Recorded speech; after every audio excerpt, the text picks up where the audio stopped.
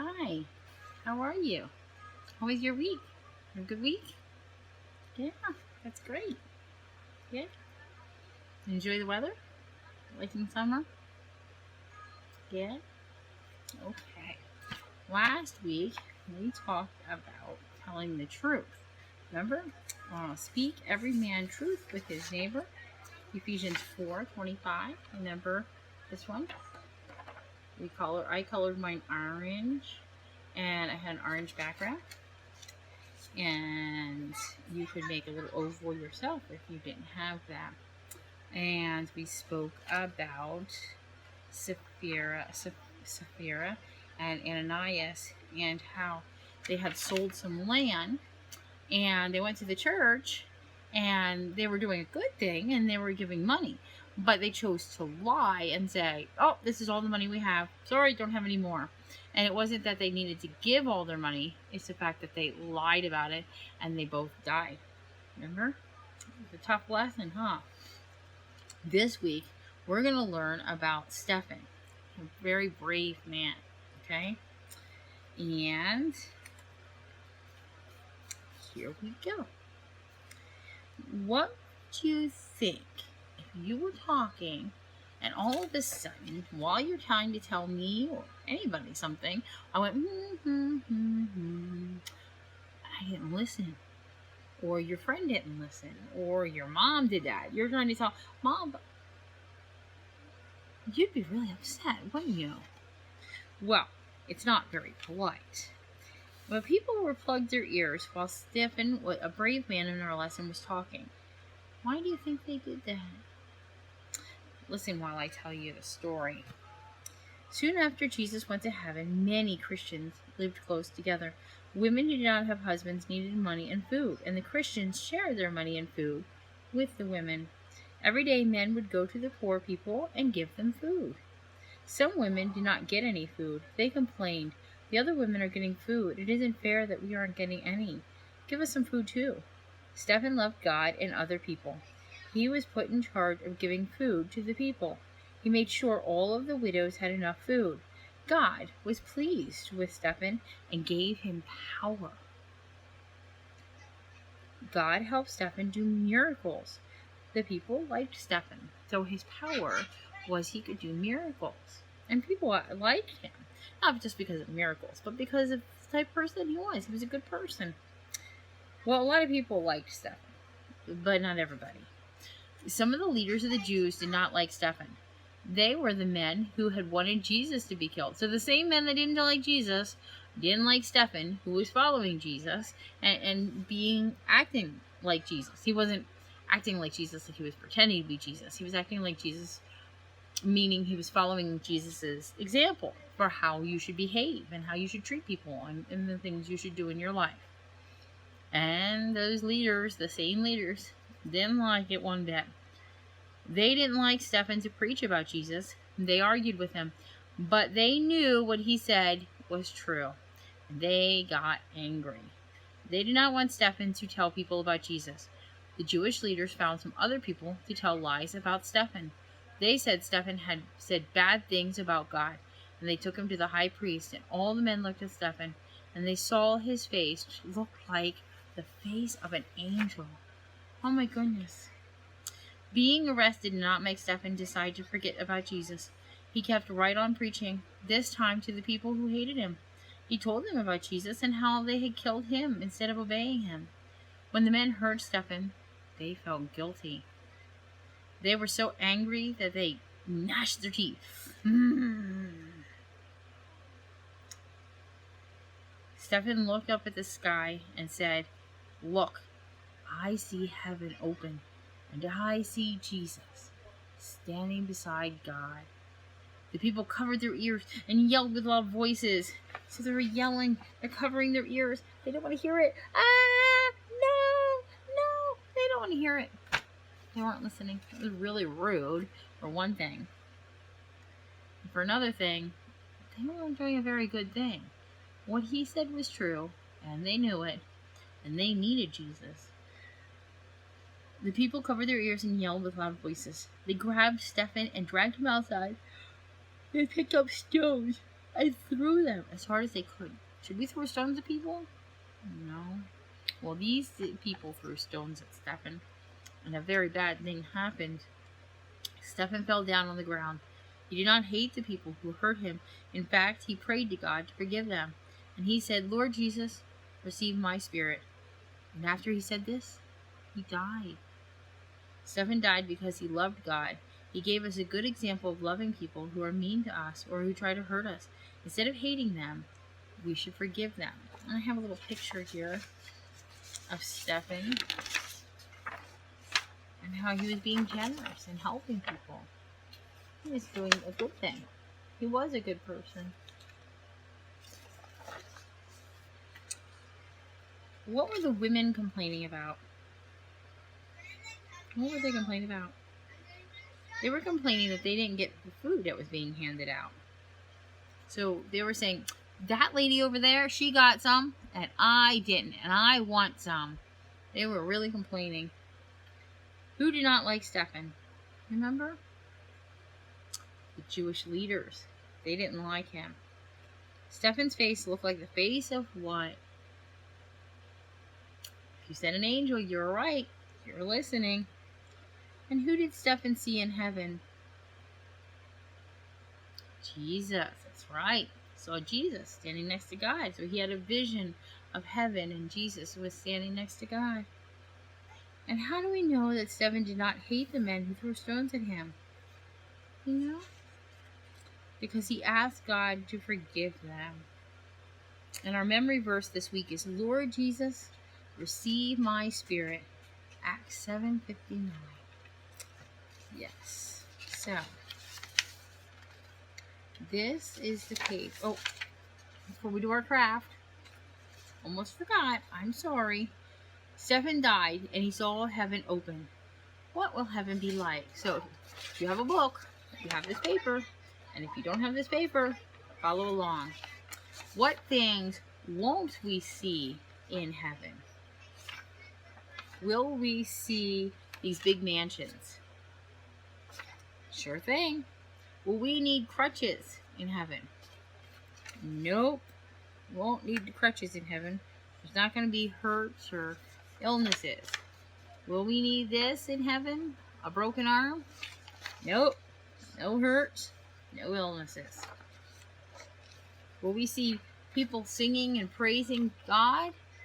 All kinds of people. Little people, big people, in between people, fat people, skinny people, white people, blue people, orange people. I don't know.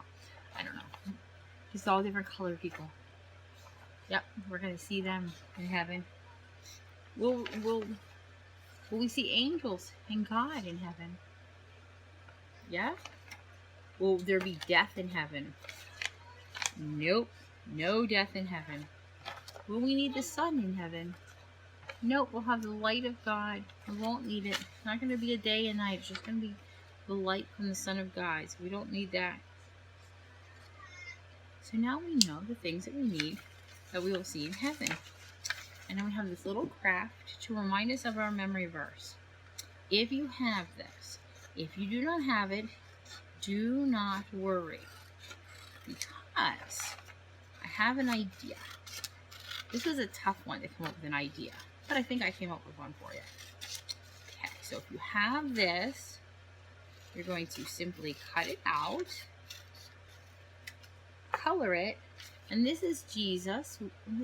Their picture of Jesus is a little bit different than some of the pictures that we see in our church, in some of the other churches, and our church of Jesus. But it's very similar. He was, in his 30s, had a beard and mustache, and,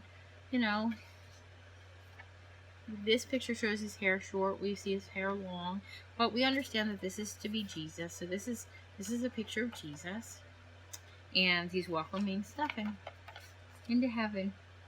It says, Lord Jesus, receive my spirit. Acts 7:59. And you just take and you fold this back, and you can paste this on a piece of paper so that it stands up. And you have this to remind you. So you can color this in, and you can practice your memory verse. And if you don't have it, I have something for you to do. And even if you do have it, you can do this too. I took a piece of red paper and I folded it, see, with a full piece. And I folded it hamburger style, but not all the way. And I'm going to take this little section and I'm just going to cut it to make a heart. Whoops. Just need to fix my heart. Okay.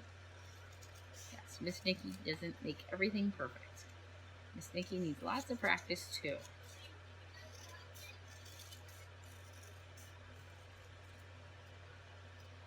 Okay.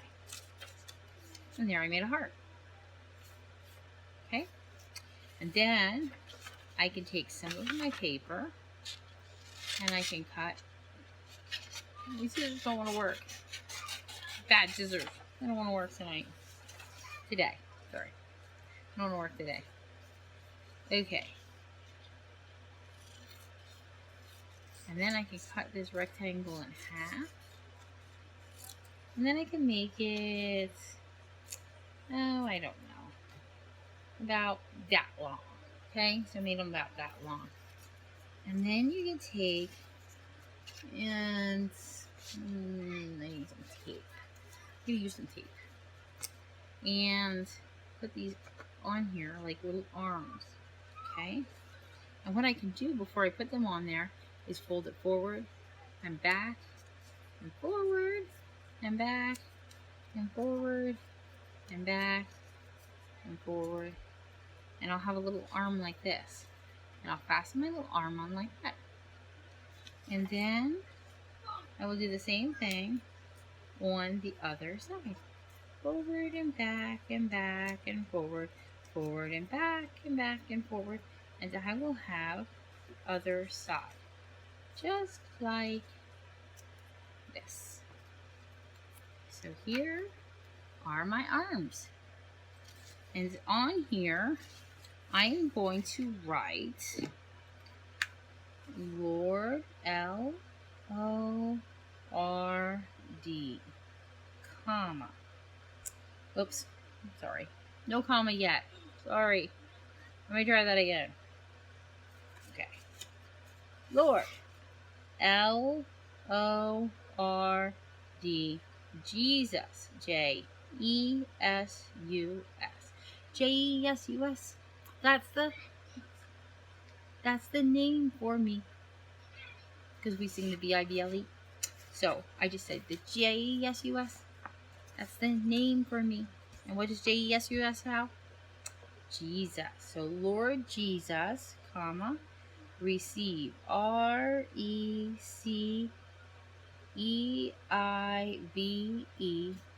my, M-Y, Spirit, S-P-I-R-I-T, period. Acts 7:59. And now, with the arms on here and the verse, you can imagine that Jesus. This will remind you how his arms will wrap around us and love us and draw us in, right? Right? Because God is love and he loves us and he cares about us, right? So Lord Jesus, receive my spirit. And you can imagine hugging us and pulling us in, right? Okay. Let's see. I lost my page. And that's okay. Alright. I'm going to read Stephen gave us a good example of how to forgive those who hurt us. Forgiving someone is usually hard to do. We need God's help. Austin beamed his mommy, daddy, and his older brother Justin, saying happy birthday for him. He waited so long for his birthday to come. It's Austin's birthday, so he gets the first piece of cake, Mommy said when they finished singing. I want the part that with my name on it, Austin said. Oh, Austin, that's almost in the middle of the cake. Take a piece from one of the ends. But I want that piece. It has my name on it, Austin insisted. If you cut a hole in the middle of the cake around, the hole will dry out, Mommy said. You can have the piece with your name on it when we have eaten it in that far. But for tonight, please take a piece from one of the ends. All right, Austin said, cutting a piece from the end. For dessert the next evening, Mommy set a dish of peaches and the birthday cake on the table. Can I have the piece with my name? Austin began, and then his face fell. Who ate my piece of cake? He demanded. You said I could have the piece with my name on it, and it's gone. Oh, I forgot, Justin confessed guiltily. I ate it when I got home from school. I'm sorry. Austin burst into tears. You pig, that was my piece of cake, and you knew it. And he kicked Justin. Oh, no. Austin burst into tears. Austin, you go to your room, Daddy said firmly. Justin made a mistake, but that does not make it right to call him names and to kick him. Austin stormed up the stairs to his room and flopped onto his bed, where he cried as if his heart could never be mended. After supper, when Austin's crying had calmed down, Daddy went upstairs to talk to him. It's too bad Justin ate your special piece of cake, Daddy said, sitting on the bed. He is sorry. Austin did not say anything, so Daddy went on. This reminds me of my twin brothers in the Bible, who got into a big fight. They started with a bowl of soup. The one made a bad trade, and later wanted to forget the trade. But his twin could not give it back. Instead of being best friends, these twin brothers became worst enemies. Are you talking about Jacob and Esau? Austin asked. Yes, Daddy nodded. We have that story in Sunday school. It wasn't right for Jacob to make a bad trade with Esau, Daddy said, but Esau wouldn't forgive Jacob. Jacob had to run away because Esau wanted to hurt him. He wanted to kill him. They did not see each other for 20 years, and it all started over something as little as a bowl of soup. Well, I'm not going to kill Justin for eating my cake, Austin said. I should hope not. My point is this. When things like this happen, we have to forgive the person who has done us wrong. If we don't, something that started out as a little thing becomes a big thing and can destroy us. Your cake is gone, and Justin can't give it back. You can be angry, and this could be the start of a big, long fight. Or you can forgive Justin and be friends. Which would you rather do? It's your choice. I guess I'll forgive him, Austin said, sliding off the bed. Daddy smiled. That's my boy. And don't forget to tell him you're sorry, too, for kicking him and calling him a pig. Justin and Austin both had smiles when they had forgiven each other. When it's my birthday, you can have the piece of cake with my name on it, Justin said. How about that? Really? Austin asked in surprise. Really and truly, Justin promised. I'm just glad you forgave me. Piece of cake, Austin said, laughing. I am glad that they were brothers and they worked it out and they could stay brothers. Not that if you fight with somebody and you're arguing, you're not brothers anymore if you're siblings. But sometimes when you're not close, like Jacob and Esau, it can make it feel like your brother's gone or your sister's gone or your family's gone. So I'm glad they forgave each other. And I'm glad that Stephen forgave those who hurt him. And Jesus received him in heaven. Lord Jesus, receive my spirit. Acts 7:59. You have an awesome week. Okay? Bye.